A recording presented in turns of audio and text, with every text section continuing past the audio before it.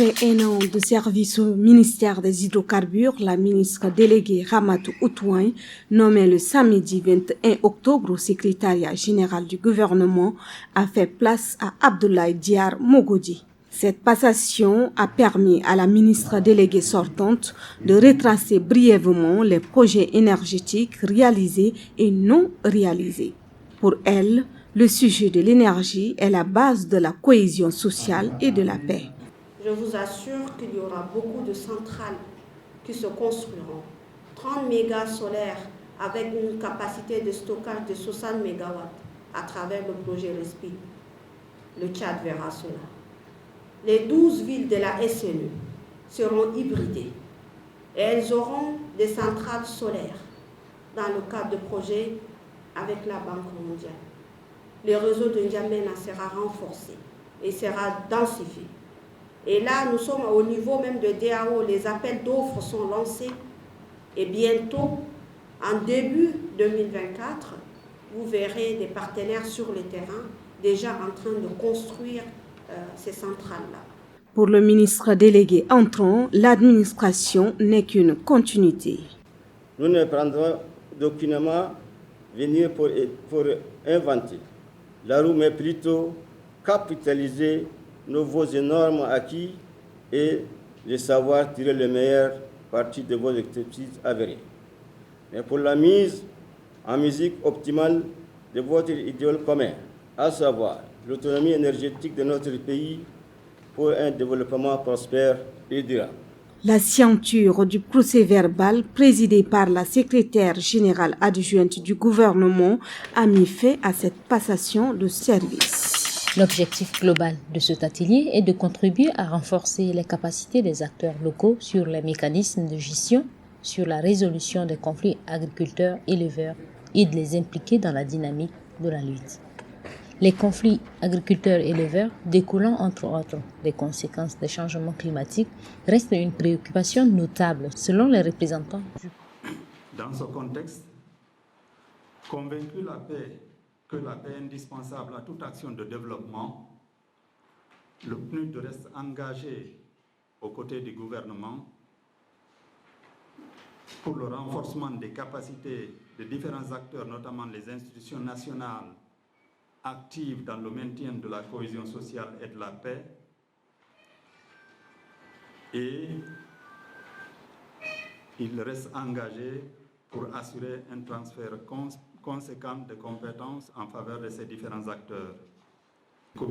Ce projet a été conçu suite aux graves incidents résultant des nouvelles formes de conflits récurrents et à promouvoir la cohabitation pacifique par des moyens de relèvement rapides. Ce projet a été conçu suite aux graves incidences résultant des nouvelles formes de conflits récurrents, eux-mêmes occasionnés par des modifications d'itinéraires de transhumance, la concurrence accrue pour l'accès au pâturage et à l'eau, l'épuisement des sols, la baisse de la productivité agricole, la migration et la résilience des communautés dues au changement climatique sur la viabilité des systèmes de production ruraux et la pression usagère des espaces ruraux ayant sérieusement effrité la cohésion sociale. Au Tchad, le conflit éleveur-agriculteur a tué au moins 22 personnes dans le sud du Tchad en avril dernier. Ce chiffre n'est qu'un exemple. C'est dans le cadre des renforcements des capacités dans le système de santé au Tchad qu'une rencontre d'échange a eu lieu entre une délégation conduite par le consul du Tchad à l'île Maurice et le ministre de la Santé publique. Elle permettra aux responsables des hôpitaux et l'équipe des médecins indiens de discuter sur le développement du système sanitaire au Tchad. C'est un partenariat qui sera bénéfique pour le Tchad. Elle ouvre une nouvelle voie afin de permettre aux Tchadiens de se faire soigner dans leur pays avec des spécialistes sans se déplacer. Le système de santé est montré du doigt. La quasi-totalité de la population tchadienne est exposée au risque de paludisme avec 1,8 million de cas confirmés et plus de 2500 décès de patients hospitalisés en 2022 et 1067 décès sur 100 000 naissances. La section 7, syndicat des enseignants du Tchad du Logone occidental, observe une grève sèche de 7 jours à compter de ce lundi 23 au 30 octobre 2023. Cela pour protester contre la cherté de vie et la hausse du prix du carburant dans la ville de Moundou. La décision est prise le samedi au cours d'une assemblée générale tenue à l'école du centre. À la suite de ce mot d'ordre du dit syndicat, des établissements privés et publics de la ville de Moundou ont cessé toute activité pédagogique ce lundi 23 octobre 2023. Raison évoquée, la rareté et la hausse du prix du carburant. Ce mouvement de grève est largement observé dans tous les établissements scolaires. Beaucoup d'élèves rencontrés sur le chemin du retour expliquent que leurs enseignants leur ont demandé de rentrer et revenir après la grève. Ce mouvement risque d'impacter l'année scolaire qui vient de commencer. Le ministre d'État en charge des Affaires étrangères, des Tchadiens de l'étranger et de la coopération internationale, Mamat Saleh Anadif, a reçu en audience ce lundi 23 octobre 2023 le conseiller spécial politique et diplomatique de la secrétaire générale de l'Organisation internationale de la francophonie, a annoncé son ministère. Au cours des discussions entre les deux personnalités, Mamat Saleh Anadif a rassuré l'envoyé spécial de l'OIF de l'inclusivité du processus et se félicitant de cette marche inclusive vers l'ordre constitutionnel. L'ambassadeur Désiré Niarouirira a réitéré le soutien de la francophonie en faveur de la République du Tchad en cette période exceptionnelle. Il est à rappeler que la francophonie a toujours soutenu la transition au Tchad.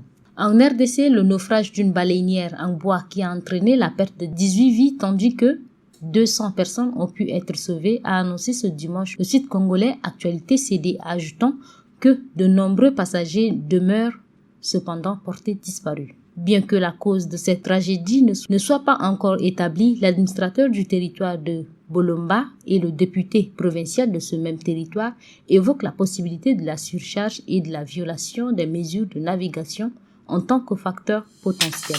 C'était pas facile.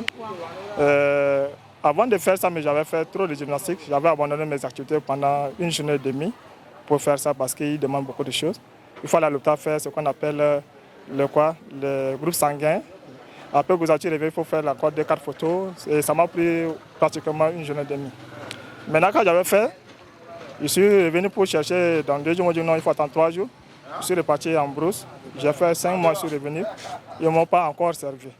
Maintenant, pour que je puisse retirer ça, j'avais mis des pressions. J'ai demandé si vous me faites ça, c'est mieux que vous écrasez mes données sur vos bases de données et je m'en vais. C'est en cela que 2 jours, ils m'ont appelé pour me donner ma carte. Bon, pour moi, je me suis filmé en juin. J'ai retiré ma carte en octobre. Donc, ça fait sensiblement 4 mois. 4 mois à 5 mois. J'ai fait trop de va-et-vient. Quand il y a de cela 2 mois même, j'ai commencé par faire des va-et-vient. Mais c'est qu'elle j'ai attendu jusqu'en octobre. Sinon, il y a des gens qui ont... Oui, c'est ça la carte. Et sinon, il y a des gens qui se sont filmés bien avant moi, que jusqu'à là, eux, ils n'ont pas aussi retiré leur carte, qui sont là aussi. Bon, cela est dû au manque de travail de l'ANAT. On vient souvent, on nous demande de repasser. Et c'est vraiment devenu récurrent, ce phénomène. Parce que tu n'as pas l'accès d'entrer à l'ANAT pour vérifier ta NNI. Et il y a beaucoup de monde dehors. Pour avoir l'accès, il faut d'abord donner un peu d'argent pour qu'on puisse aller vérifier ta NNI. C'est pourquoi jusqu'à aujourd'hui, je n'ai pas eu ma NNI et je n'ai pas eu ma carte d'identité nationale. Il faut revoir l'organisation pour pouvoir satisfaire les clients. Parce qu'avec le rythme que j'ai vu là-bas, ça ne marche pas du tout. Il va falloir mettre un peu du sérieux. Surtout, il faut respecter l'ordre d'arrivée. Puisque quand j'étais là-bas, nous qui avons venu le matin, on nous a fait attendre et les gens qui viennent du coup sur le pied, et c'est eux qui reçoivent, ou bien ce sont eux qui sont servis rapidement avant les autres. Vous pensez qu'il y a des magouilles? Oui, il y a des magouilles. Il faut revoir les choses, il faut changer les choses à l'avenir pour pouvoir satisfaire les gens à 100%. Annoncer officiellement la date de la tenue de l'Assemblée générale de la Fédération tchadienne de football association et présenter brièvement les textes qui seront adoptés lors de cette assemblée est l'objectif de la sortie médiatique de la présidente du comité de normalisation du football. Ces textes qui, selon elle, sont d'une importance capitale.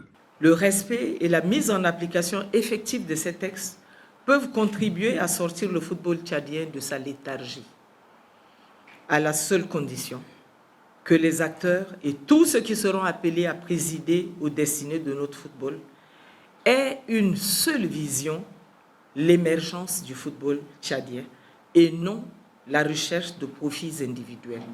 Si ces textes ne sont pas adoptés d'ici le 25 octobre, le Tchad restera toujours sous normalisation de façon prolongée, ce qui n'aidera pas notre football, poursuit Jacqueline Moudeina.